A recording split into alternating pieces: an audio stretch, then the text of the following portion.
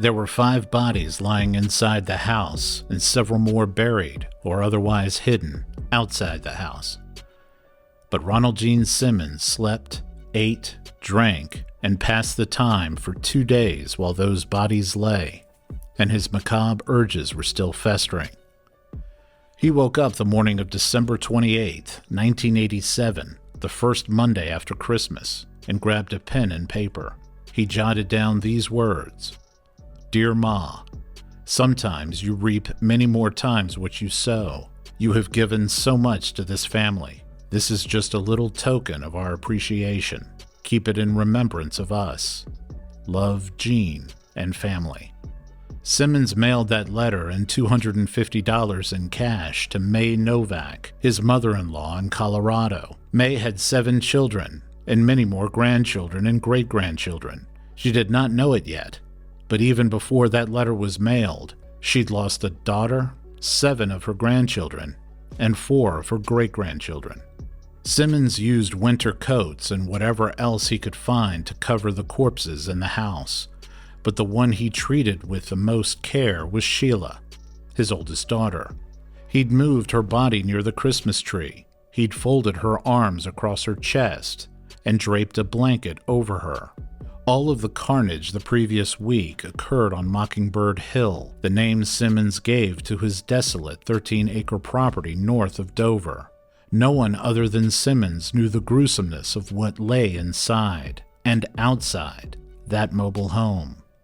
Later that morning, Simmons was preparing to take a drive to Russellville, about 9 miles south of Dover. Gene grabbed his 2 handguns, a Ruger and a snub-nosed revolver, and headed out the door. He hopped in his son's Toyota and pulled onto Broomfield Road toward Arkansas Highway 7. In his mind, there were still some scores that needed settling.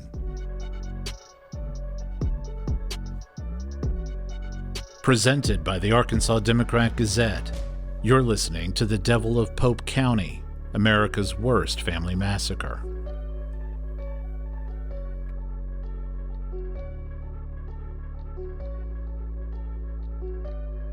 The city of Russellville had a population of nearly 20,000 people in 1987 and sits about an hour northwest of Little Rock, the home of Arkansas Tech University. It's the largest city in Pope County. It's located in the foothills of the Ozark Mountains near the Arkansas River, a desirable place for those who like to be close to nature, but also a city that's populous enough for those who don't want to feel cloistered. David Eddy has lived and practiced law in Russellville for close to 40 years. Russellville was a really, and still is, a really good town. It was small town oriented. It was, people knew each other, people got along, and really there were not any major problems that I remember back then. It was just a peaceful small town and a good place to live, and still is. On that December 28th morning, Gene Simmons drove to the home of Kathy Kendrick, a former co-worker of his who was young and attractive. Simmons was infatuated with Kathy because she reminded him so much of his oldest daughter, but Kathy rejected him at every pass. That morning, Simmons wanted to make sure Kathy's car was not parked outside her house. Seeing it was gone, he knew where he wanted to go next, to Kathy's new workplace at Peel & Eddy, a law firm in downtown Russellville. Simmons had mapped out his escape route and went step by step in his mind about what he was going to do. That was his modus operandi, meticulous planning. Simmons parked the Toyota in the lot of the law firm on Glenwood Avenue, about a block south of East Main Street, and kept the motor running. He walked toward the front of the building and saw someone through the glass door, the very woman he came to see.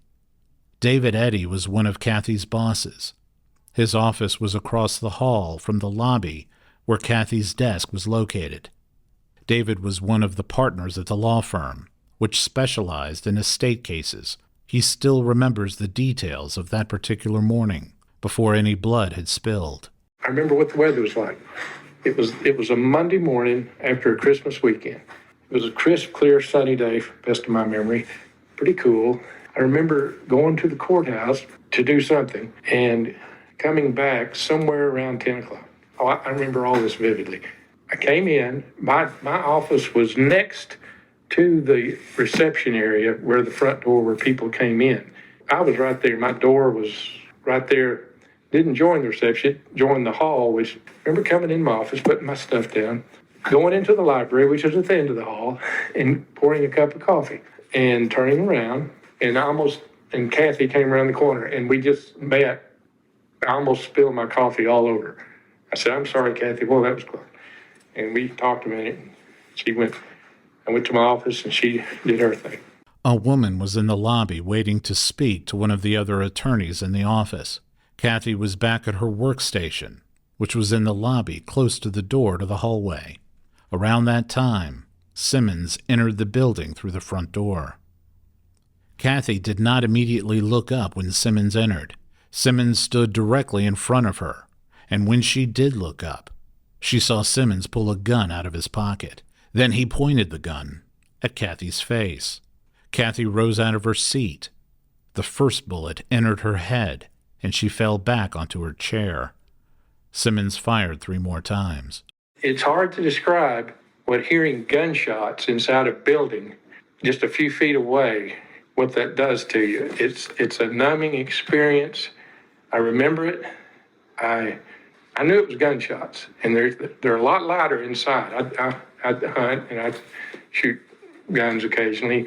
I knew then something bad had happened, and it was just a few feet from me on the other side of the wall in the lobby.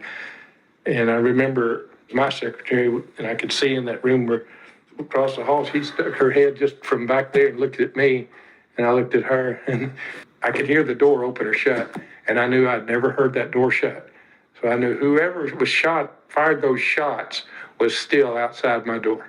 And I could not go out the door without being in plain view of them.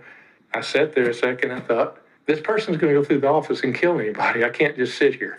That female client seated in the reception area was frozen in fear as she watched a murder unfold about 15 feet in front of her. Simmons made eye contact with her, but never raised his gun at her. David got out of his seat and stood behind the open door of his office, preparing to jump out and confront an armed gunman. A second or so later, David heard the sound of the front door opening and closing. That's when he crossed the hallway and rushed into the lobby. I don't know why I thought that the lady sitting outside my door was the one that was shot. But then, to my great surprise, Kathy was laying there on the floor behind the desk, bleeding from her head. I thought, oh my gosh. Before he tended to Kathy, David peered out of the glass door and spotted a Toyota peeling out of the parking lot. He did not get a good look at the driver, but he did get a good look at the car. Meanwhile, someone else inside the office picked up the phone and called police. It was about 10:17 a.m. That hysterical caller was transferred to the lone dispatcher on duty that morning, Donna Stoball. The very first call I got was from Pill and Eddie's attorney's office, and it was another secretary. She was describing to me that a man had come in and had shot Kathy, and she just kept saying the word Kathy. I kept trying to ascertain from her, find out from her, was Kathy still alive? And she just kept saying, I don't know. While that was happening, David was kneeling over Kathy, who was sprawled on the floor. I held her hand. She was breathing in a very strained manner, and I knew it wasn't good. And I looked to see if she, I didn't know where she was shot, and I found the wounds in her head. I thought, I didn't know what I could do, but there was nothing I could do. Moments later, in what felt to David like a few minutes, the city's chief of police, Herb Johnston, was banging on the front door. Johnston and the other police officers at the scene were soon joined by EMTs. Kathy was taken out on a stretcher and driven by ambulance to the nearest hospital, where she was pronounced dead. She was 24 years old. David Eddy told me that he doesn't remember much beyond that. Most of the day remains a blur. He remembered being interviewed by a detective, but doesn't recall any specific questions he heard or answers he gave. The only detail he remembers is that while he was still speaking to the detective, he reached for the coffee mug on his desk. which was still filled with the coffee he had poured for himself earlier that morning and had nearly spilled on Kathy. It was still warm. It struck him at that moment that so much had happened in such a short amount of time.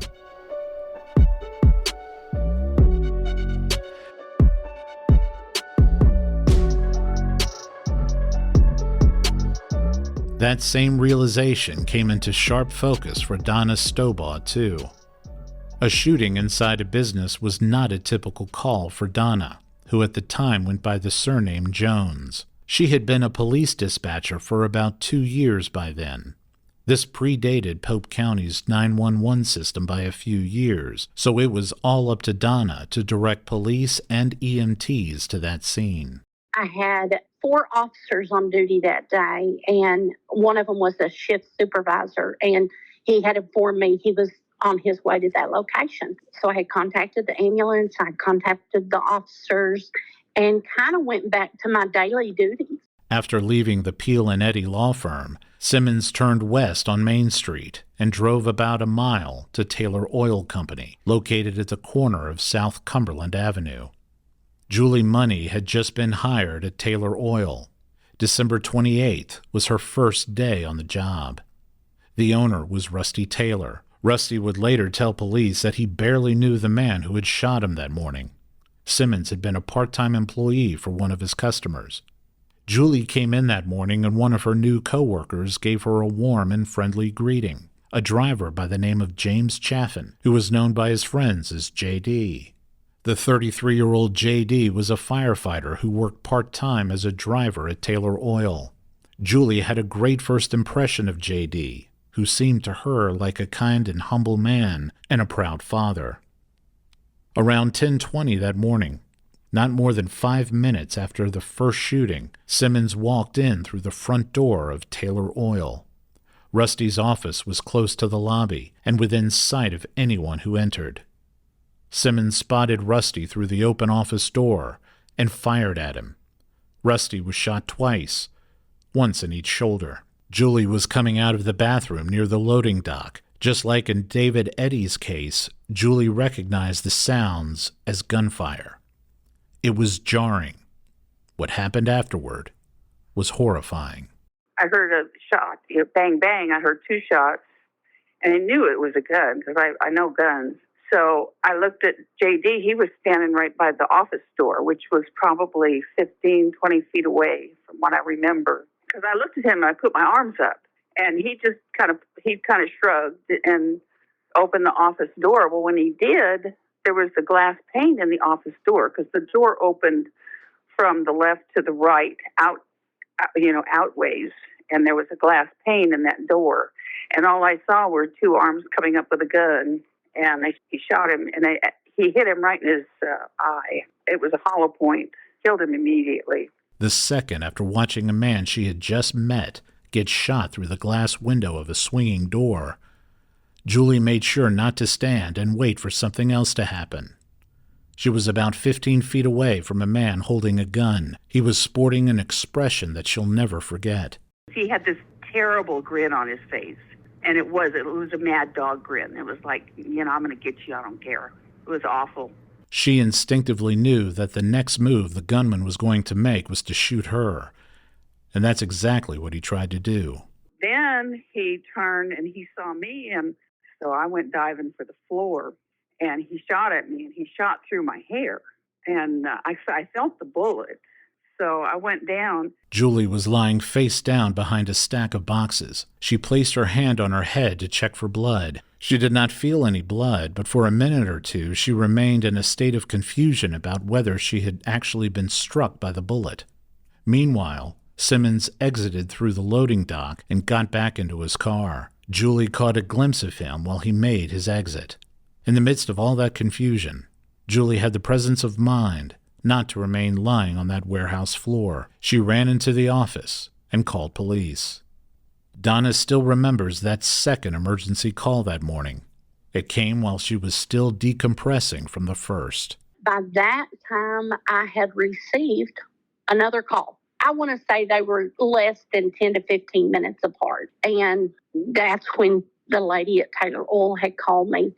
It was a tense call between Donna and Julie, who was still rattled from having a hollow point bullet whiz by her head. When I came in, part of the story was I was on the phone with 911. I told them where I was, and I said, I've got to get off here. I got to go help Rusty.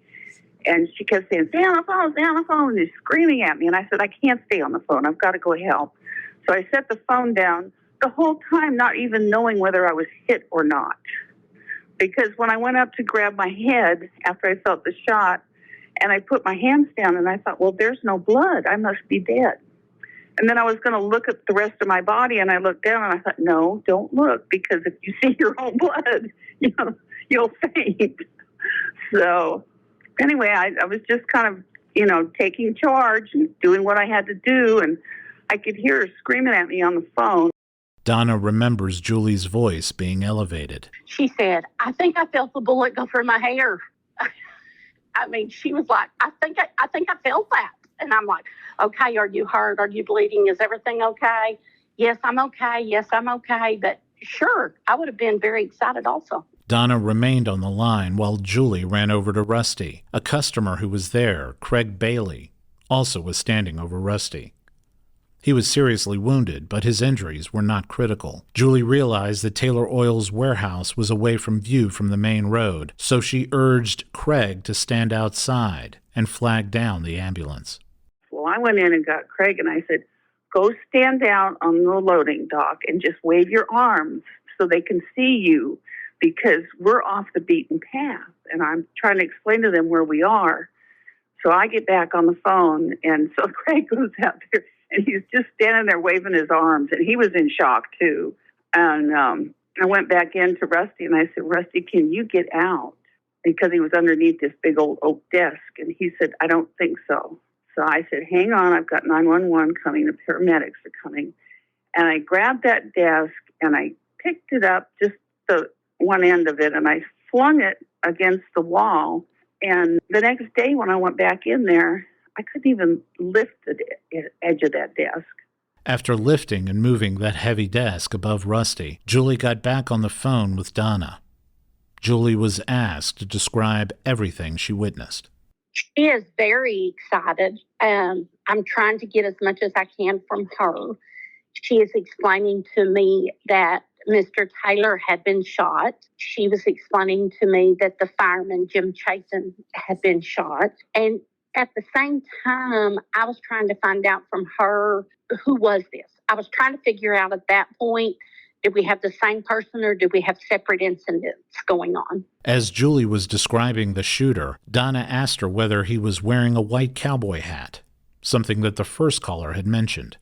Julie confirmed that the gunman was wearing a white hat. She also saw the car that the gunman drove away in and recognized it immediately as a copper-colored Toyota Corolla, so she passed on that information to Donna.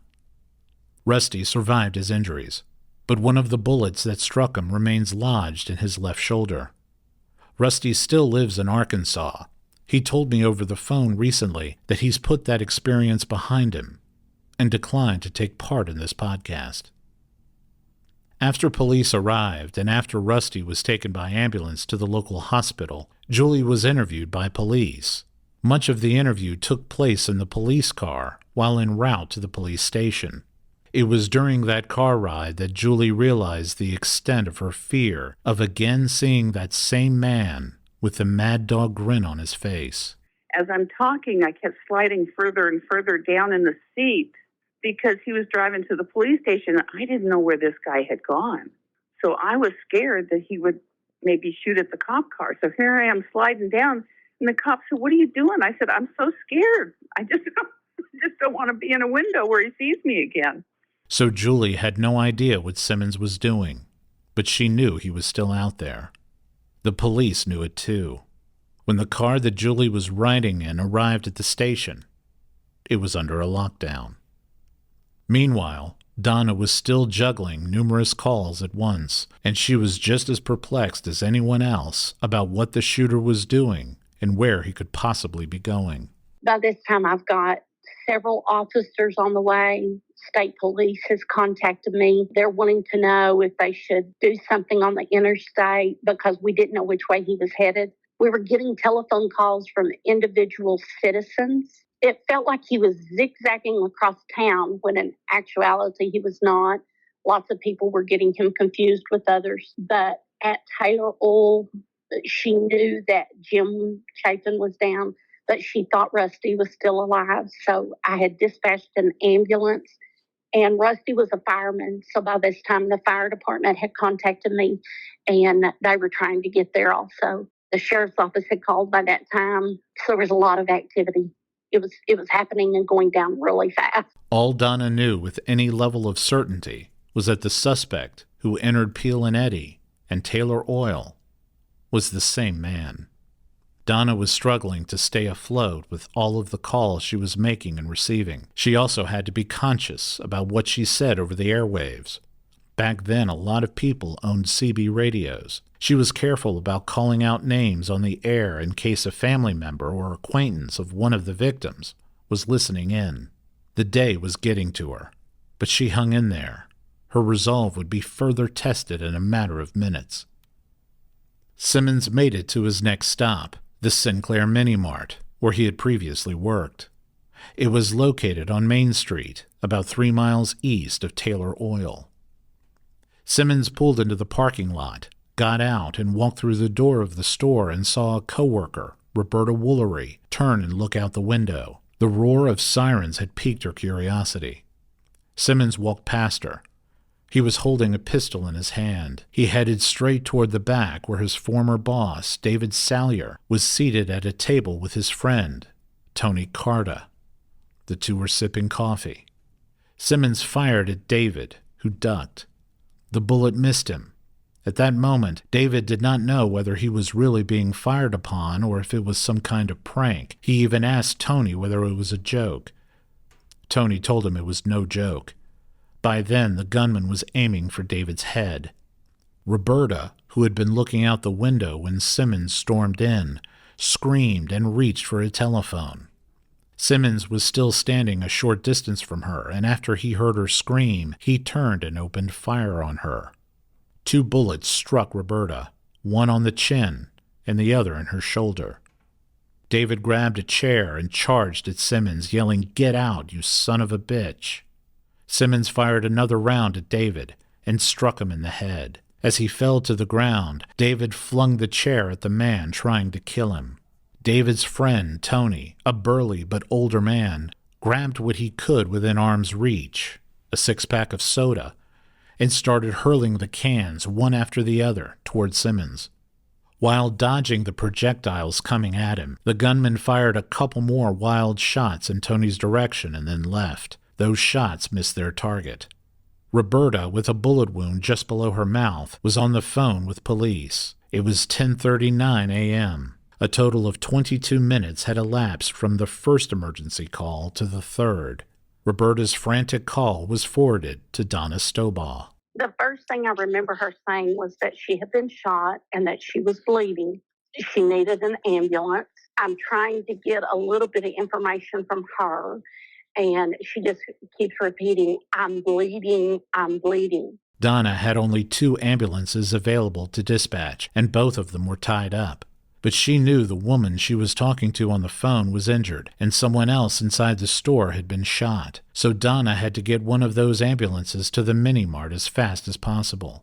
Roberta told Donna at one point, quote, "Please hurry. Our blood is dripping everywhere," end quote. While still on the phone, Roberta, who by this point was drifting into a state of hysteria, called out to Tony and asked whether it was Gene Simmons who had come in and shot up the store. Tony confirmed that it was. He was tending to an injured David Salyer, telling him to remain still and calm. Donna was on the radio trying to get an ambulance and a police officer to the scene of the mini-mart. Then she got back on the line with Roberta. I get back on the phone with Roberta. She says, I've thrown everything I can at him. I've thrown cans. I've thrown stuff. I said, "Roberta, please forgive me. I do have somebody on the way to you." I said, "Do you by any chance, can you describe him?" She said, "I know who he is." And I said, okay, who is he? And she's the one who first gave me the name of Gene Simmons. Donna repeated the name. Now she had something to work with, other than a man wearing a white cowboy hat, driving a Corolla. But she described him. She told me that he lived at Dover. I'm trying to give all the officers all the information I have that she's given me. By this point, I'm thinking I need to tell them who he is. Of course, everybody on their devices out there got it also. And so it got a little crazy after that. Roberta and David were brought to the hospital, and both survived their gunshot wounds. Simmons had one more place to visit, and it was not on the main drag. He headed south to Woodline Motor Freight on Airport Road. Woodline is where Simmons had worked and where he developed that crush on his coworker, Kathy Kendrick. His bizarre antics had caused Kathy to report his behavior to their boss, Joyce Butts, who had reprimanded him. Simmons never got over the embarrassment that caused him. His last target that day was Joyce. He entered the building with both pistols. The Ruger was in a paper bag, and the revolver was in his pocket. He entered the office, stood by the Christmas tree, scanned the workplace, and spotted Joyce. He started walking toward her. He grabbed the snub-nosed revolver from his coat pocket. He fired bullets into Joyce's head and chest. In an adjacent room, 31-year-old Vicki Jackson heard the shots. She immediately ran to another office where her coworker was seated. She told him someone had just been shot, and both of them ducked behind the door. The coworker headed for the rear door to the loading dock and screamed at Vicki to follow him. Just as she was about to run after him and through the open door, she saw Simmons enter. She froze. Simmons walked toward Vicki and stood over her. He gestured to her to stand up. He assured her that he was not going to harm her. Simmons and Vicki were former coworkers. Simmons spoke to her as though she was an old friend. He asked Vicki, almost sheepishly, why she never came to the Sinclair Mini-Mart to see him. Vicki tried to keep Simmons calm while struggling to stay calm herself. She told him that she did come to the Mini-Mart a few times, but it must have been on the days he wasn't working. Simmons told Vicki to call for an ambulance for Joyce and to ask for police to come. Simmons looked around and noticed that everyone he could see was cowering underneath desks. He told Vicki he was ready to turn himself in. Confused, Vicki asked Simmons what was going on. According to police transcripts, Simmons told her, quote, "Nothing now that it's all over with. I just wanted to kill Joyce. I don't want to hurt nobody else. Just call the police." Donna Stovall, who by that time was fully rattled by the morning's developments, took one more emergency call. Vicki had contacted me and told me that there was a Ronald Gene Simmons standing in front of her, that he had shot one of her coworkers, that he had 2 guns. And I said, "Are you okay?" And she said, "Yes, he's not going to shoot me." And I'm like, "Okay. Oh, how do you know this? He's not after me." He said he's done. So he must have relayed some information to her about he had accomplished whatever task it was he was trying to finish. And then she proceeds to repeat what he's saying, that he will surrender to an officer. Vicki told Donna that Simmons had 2 guns. He was holding one of the guns in his hand, but he wasn't aiming it at her. She also told Donna that Simmons was ready to turn himself in, but he did not want police barging in.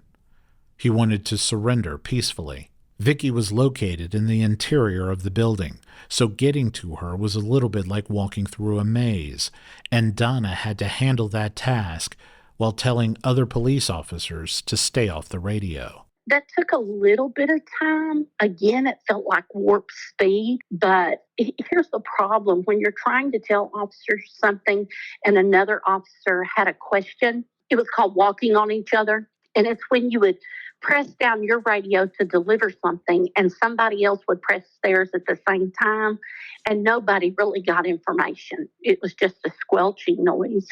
And so I kept reminding them that they were walking on each other and that I needed radio to be clear so that I could deliver all this. It was intense. I didn't really know what to say to her. And I kept asking her, do you feel like he's going to hurt you? And she kept saying, no, I think he's done. So I don't know what kind of conversation they had, but he had assured her that she wasn't in danger and that he was ready to give up. Donna did not necessarily disbelieve Vicky when she told her that Simmons was not going to shoot her, but she was still inside an office with an armed man who had just shot 6 people, so it was still a dangerous situation. It was made all the more difficult by the fact that police needed help to find where the gunman was. All of that fell on Donna. She also asked Vicky during the call whether she was calm. Vicky told her no, in fact, she was not calm. Donna told Vicky, quote, "Calm down as much as you possibly can. We're going to get you through this. Believe it or not, we're going to get you through this." End quote. Vicky did manage to remain poised during the ordeal. She gave Donna directions, all while maintaining a soft tone and consoling demeanor with Simmons. The gunman had insisted on turning himself in to a uniformed officer, but Chief Johnston and his assistant chief were wearing civilian clothes. Donna explained to Vicky that the department's 2 highest-ranking officers would be there to take Simmons into custody. Some of the officers were still at other locations, so really getting a uniformed officer there in time was not an option. We had some civilian detectives in their civilian clothes, and I feel like the chief and assistant chief didn't want to put them in harm's way. I feel like they thought, this is ours. This is our job. Vicky saw Johnston coming toward the office and assured Simmons that it was okay to turn over his guns to him. She told him that he was the police chief. Before the call was disconnected, Donna could hear a lot of screaming and other noise over the phone. The chief was standing face to face with Simmons. Vicky stood there stunned with the phone still in her hand and heard Johnston tell Simmons, "Give me the damned gun." Simmons did what he was told and handed it over. The second gun was still inside the paper bag and had been placed on one of the desks inside the office. Simmons had no other weapons on him. He was apprehended, handcuffed, and brought to the Pope County Jail. The rampage was over.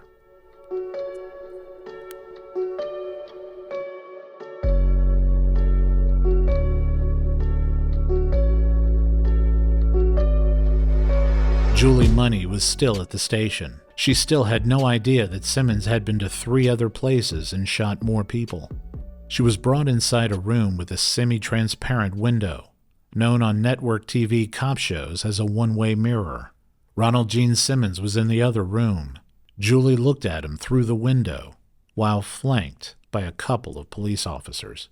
They said, "Is this him?" And I thought in my mind, well, if I'm wrong, I'm going to send some guy to his death. And I said, "I'm not sure. Did you get his cowboy hat? Can you put that on him?" And the cop just looked at me and he said, "Just say yes, that's him, because that's him." I said, "Okay, that's him." And then he said, if you're wrong, we'll straighten it out later." I said, "Okay." Simmons's original plan was to kill himself, but there were too many instances in which a single bullet wound was not enough to kill his victims. 4 of the victims he shot that morning survived, including 2 who had suffered 2 bullet wounds. He did not trust the guns he had to do the job with a single shot to the head, so he ultimately decided during all of that chaos to let the state kill him. He was already resigned to that fate. Police did not know it yet, but he had actually aimed those guns at other people days earlier, and those victims were lying on a 13-acre property near Dover. It would be up to the Pope County Sheriff's Office to find them. Sheriff Jim Bolin was at the jail, and he confronted Simmons.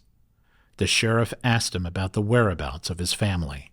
Bolin would tell the media that Simmons said nothing, only that his lip quivered after he was asked the question. Bolin and his deputies did not know what they were going to see next, but they assumed it was very bad. It wound up being one of the worst murder scenes ever documented on American soil. Coming up on The Devil of Pope County, America's worst family massacre. All the children were like little robots. None of them went near G. It was a trick he learned in Vietnam, designed to keep the animals away. The ceiling in this room also is blood splattered